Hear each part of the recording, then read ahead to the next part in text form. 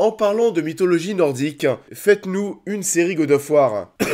Oh putain. Bonjour à tous et on se retrouve en ce lundi soir, vous l'entendez certainement encore un petit peu. Je suis encore enrhumé, vous l'avez entendu dans ma dernière vidéo, vous êtes aussi pas mal à vous êtes moqué de moi. C'est pas très gentil d'ailleurs, hein. Ça ne nous empêche pas de faire les vidéos. On se retrouve aujourd'hui pour parler de Ragnarok, c'est parti. Ragnarok est une nouvelle série originale Netflix. Au cœur de la campagne norvégienne, dans le lycée de la petite ville fictive d'Eda, des ados assistent impuissants et choqués à de violents changements climatiques et se persuadent que ces catastrophes sont naturelles. Alors Ragnarok, je savais pas trop ce que ça allait donner, j'étais curieux de voir ça. Pour ceux qui ne le savent pas, le Ragnarok, c'est un événement de la mythologie nordique. C'est en gros la fin du monde avec, en conclusion, une bataille épique entre les dieux nordiques et les géants. Et déjà à ce moment-là, ça me parle. Tout ce qui va être mythologie nordique, mythologie grecque, romaine, égyptienne, ça me parle, j'aime bien ça. On pouvait voir aussi d'après le trailer, et comme la plupart des séries originales Netflix, un délire très teenager, et pour le coup ça me branchait un peu moins, parce que voilà, quand tu me parles de ces mythologies, de mythologie nordique, c'est vrai que la première chose à quoi je pense, et la première chose dont j'ai envie, c'est de voir de l'épique, de voir quelque chose d'assez mature, quelque chose qui va me marquer. Et donc, lorsque tu me proposes et lorsque tu me vends un délire très teenager, c'est pas forcément ce à quoi je m'attends. De toute façon, bon, on commence à être habitué avec Netflix, hein. Ils ont très bien compris que leur cible c'était les jeunes.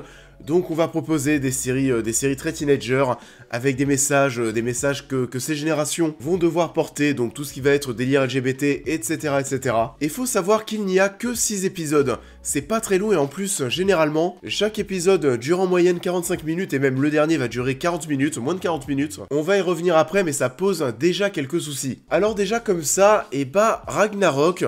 j'ai pas trouvé ça dingue. Ça partait plutôt bien, je trouve. Tu débarques dans une série avec un fort accent scandinave. Les acteurs parlent norvégien. Lorsque tu vois leur visage, leur tenue, tu sens, oui, que tu te retrouves dans un délire de pays nordique. Il y a de magnifiques panoramas, mais qui sont vraiment sublimes. Des gros plans sur des fjords, et personnellement, moi-même, qui ai été en Laponie il y a 2 ans, il y a aussi un an, en février 2019, bah j'étais en Islande. C'est vraiment 2 voyages que j'ai surkiffé.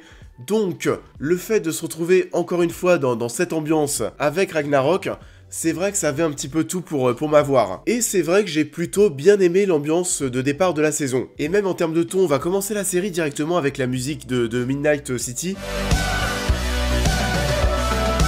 Ce qui veut dire qu'on va se retrouver avec des décors scandinaves, on va parler de mythologie nordique et en plus de ça au niveau des musiques, on va se retrouver avec des sonorités pop ou de la musique électronique, pas forcément que des sonorités scandinaves et c'est vrai qu'au tout début, il y a un petit cocktail qui se prépare, quelque chose de sympa, et puis malheureusement, ça va se perdre assez vite en fait. On va se retrouver avec seulement 6 épisodes, déjà ça pour moi c'est un réel souci, c'est trop peu et tu sens que lorsque la saison se termine, que t'en as pas assez vu, que t'as pas bouffé assez de choses, tu sens que les relations entre les personnages ne sont pas assez approfondies, il y en a aussi certaines qui vont avancer, qui vont aller très vite, des relations qui vont se construire très vite, des personnes qui vont devenir potes, mais alors vraiment très rapidement, et des personnages qui meurent et ça va grandement impacter d'autres personnes, sauf que voilà, vous venez tout juste de vous rencontrer. Donc voilà, c'est assez bizarre et c'est vrai que t'y crois pas trop. On a aussi cette impression d'avoir peu de personnages au final, et même l'univers. On a cette impression que toute l'intrigue va être recentrée mais dans un petit espace. On va pas beaucoup voyager, on va pas voir énormément de choses, et donc au final par rapport à ce que l'univers pourrait te proposer,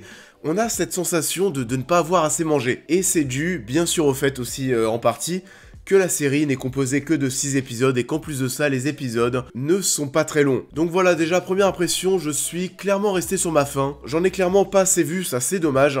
Deuxième chose, c'est vrai que j'attendais bien plus qu'on parle de mythologie nordique, qu'on soit immergé dans ça, qu'on assiste à des confrontations épiques. Et bah tout ça, c'est pas vraiment à l'ordre du jour, hein. On va spoiler plus tard, mais bon, ça déjà je peux vous le dire. La confrontation finale, le combat final de cette première saison est tellement claqué au sol, c'est incroyable. Sur un truc en plus, on va parler de dieux nordiques. Putain mais c'était naze. Et ce qui va être décevant pour une grande partie des personnes, et bah c'est que tout ce délire autour de la mythologie, on a presque l'impression que c'est relayé au second plan. On va transposer ça dans notre époque contemporaine et ça sert un petit peu de toile de fond pour parler de attention. C'est même la thématique principale de Ragnarok, mais on va être là pour parler surtout d'écologie, d'inquiétude environnementale, c'est moins divertissant du coup. Le Ragnarok dans cette mythologie, c'est la fin du monde, et là aussi on va parler de notre fin du monde. Ce qui n'est pas non plus une mauvaise idée, c'est fait de manière plutôt intelligente, de vouloir parler d'écologie, d'inquiétude environnementale, de parler de notre monde, en faisant un parallèle avec le Ragnarok et donc la mythologie nordique. Mais le problème c'est que j'avoue que bon, c'est pas vraiment ce à quoi je m'attendais pour beaucoup de spectateurs. On va ressentir petit à petit cette impression d'erreur sur la marchandise, vous voyez ce que je veux dire? D'ailleurs tous ces longs plans sur les fjords sont là pour vous montrer la beauté de la nature, ce qu'on doit protéger face à la pollution urbaine, et vous voyez très bien que lorsqu'on va se retrouver en ville, on va bien plus être dans un délire plus crasseux. Sinon à part ça, vous l'avez compris, petit à petit ça me branchait de moins en moins, j'ai bien aimé tout le mystère qui entoure les personnages, où tu vas te demander vraiment pendant tout le long qui ils sont, comment ça va se terminer, il y a pas mal de mystères. Je pense que malheureusement ça va avoir beaucoup de mal à trouver son public, et j'ai un gros doute sur le fait qu'on ait l'occasion de voir une saison 2 arriver. Je suis pas sûr que ça va arriver, en fait ça me fait vraiment penser à Marianne. Marianne c'était un petit peu pareil dans un genre mais totalement différent. On était sur quelque chose qui esthétiquement était plutôt pas mal, mais dans le fond tout ce que la saison essayait de faire, ça restait un petit peu superflu, et pour Ragnarok c'est un petit peu pareil. Marianne n'a pas été renouvelée pour une saison 2 et je pense que Ragnarok ça sera pareil. On verra ce que ça va donner, mais là c'est vrai que ça me fait un petit peu peur. Et ça en est tout pour cette partie sans spoiler. Pour ceux qui vont nous quitter, je vous invite comme d'habitude à liker cette vidéo, à me suivre sur tous les réseaux sociaux. Pour les nouveaux, à vous abonner, à aider la chaîne à se développer sur Tipeee et Utip. Et on va revenir dans cette partie spoiler sur les personnages un petit peu plus en détail et sur des choses qui m'ont aussi déçu. Donc on spoil. Alors déjà, première chose qui m'a fait sourire, c'est vrai que toute la partie où Magneux ou Magnier, je me rappelle plus comment ça se dit, toute la partie où il va découvrir ses pouvoirs qui fait très origin story d'œuvres super-héroïques, et cette fois-ci on est vraiment tombé sur un Tobey Maguire 2.0, cette manière qu'il a de regarder ses mains lorsqu'il va découvrir ses pouvoirs, le fait aussi qu'il ne va plus avoir besoin de porter ses lunettes, qu'à l'école, les gens se moquent de lui. C'était assez amusant et on sent vraiment cette inspiration. Sinon, j'ai plutôt bien aimé ce personnage et sa performance d'acteur. Il est assez touchant, on s'y attache. C'est un protagoniste bien plus fin que la famille Yutul qui, alors, eux, sont hyper caricaturaux. Ce sont eux les géants, et donc dans cette version ce ne sont pas des géants à proprement parler, mais ils vont représenter en gros les géants de l'industrie, ces personnes à la tête de grosses entreprises qui indirectement vont faire du mal à notre planète. C'est tous des beaux gosses, les filles sont de magnifiques blondes, ils sont pétés de thunes, ils sont arrogants, ils sont hautains, ils ont des bails un petit peu chelous entre eux, ils vont se taper dessus. L'une des premières scènes qui va d'ailleurs un petit peu te teaser tout ça, ça va être le moment où le père va rentrer dans les toilettes, dans la salle de bain, pour aller pisser avec ses deux enfants à côté de lui. Chose que personnellement, je sais pas chez vous, mais j'ai rarement vu ça. Il y a aussi plein de bails chelous autour de leur business qui est décrié, enfin voilà. Tout est fait pour que tu les détestes, et personnellement je les détestais encore plus, parce que leur maison est incroyable, putain mais je veux la même. Isolde aussi est un petit peu caricatural, c'est la fille totalement écolo en puissance. On se moque d'elle à l'école parce que oui, à cet âge, au lycée, la très grande majorité des étudiants se foutent un petit peu de l'environnement. Elle est aussi homosexuelle, et ça, Netflix, ils peuvent pas s'empêcher de caser des personnages gays dans toutes leurs séries. Et j'avoue que c'était assez surprenant de la voir mourir dès la fin du premier épisode. Pourquoi pas, même si voilà, avec 2 épisodes en plus sur l'ensemble de la saison, on aurait pu plus s'attacher à elle, plus en savoir sur ses convictions, développer son rapport et sa rencontre avec Magneux. Là, tout se fait très vite, trop vite dans le premier épisode, ça se ressent.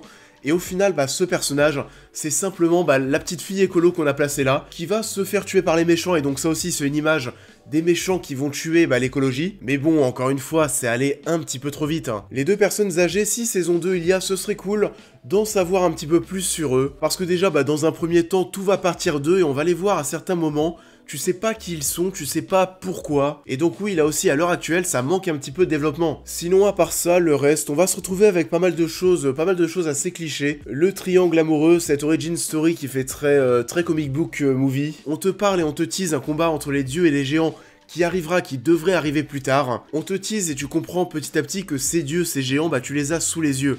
Les géants, c'est la famille Yutul. Magneux, à partir du moment où tu vas le voir prendre le marteau, le jeter, voir tous les éclairs, t'as compris que lui c'était Thor. Et t'attends au niveau du combat final, pas forcément quelque chose d'extrêmement dingue dès la saison 1. C'est pas encore le grand et le fameux combat épique qui va être à prévoir. Par contre, quand tu vois ce qui t'est servi, la vérité, ça ne donne vraiment pas envie de voir la suite. On ne voit pas du tout ce qu'on pourrait nous proposer en termes de combat. Il n'y a pas d'idée, pas d'ambition, même pas d'identité dans cette confrontation finale. Tu sais que ça va arriver, tu sais qu'elle va arriver, et c'était nul. Et c'est un petit peu à l'image de toute la saison de Ragnarok. Ça commence plutôt pas mal, tu t'attends à quelque chose de grand et petit à petit, et bah tu deviens de plus en plus déçu. Ça en est tout pour cette critique, j'espère qu'elle vous aura plu. Une vidéo encore une fois assez compliquée à tourner, je suis malade. Je vous invite une nouvelle fois à partager et à liker cette vidéo, à me dire en commentaire ce que vous avez pensé de Ragnarok et si comme moi bah, vous avez été un petit peu déçu. Je vous invite aussi pour les nouveaux à me suivre sur tous les réseaux, à vous abonner. Et on va se retrouver normalement cette semaine pour parler du nouveau Guy Ritchie de Birds of Prey que tout le monde attend bien sûr. En attendant, je vous souhaite à tous un bon début de semaine, je me souhaite un bon rétablissement et je vous dis à très vite.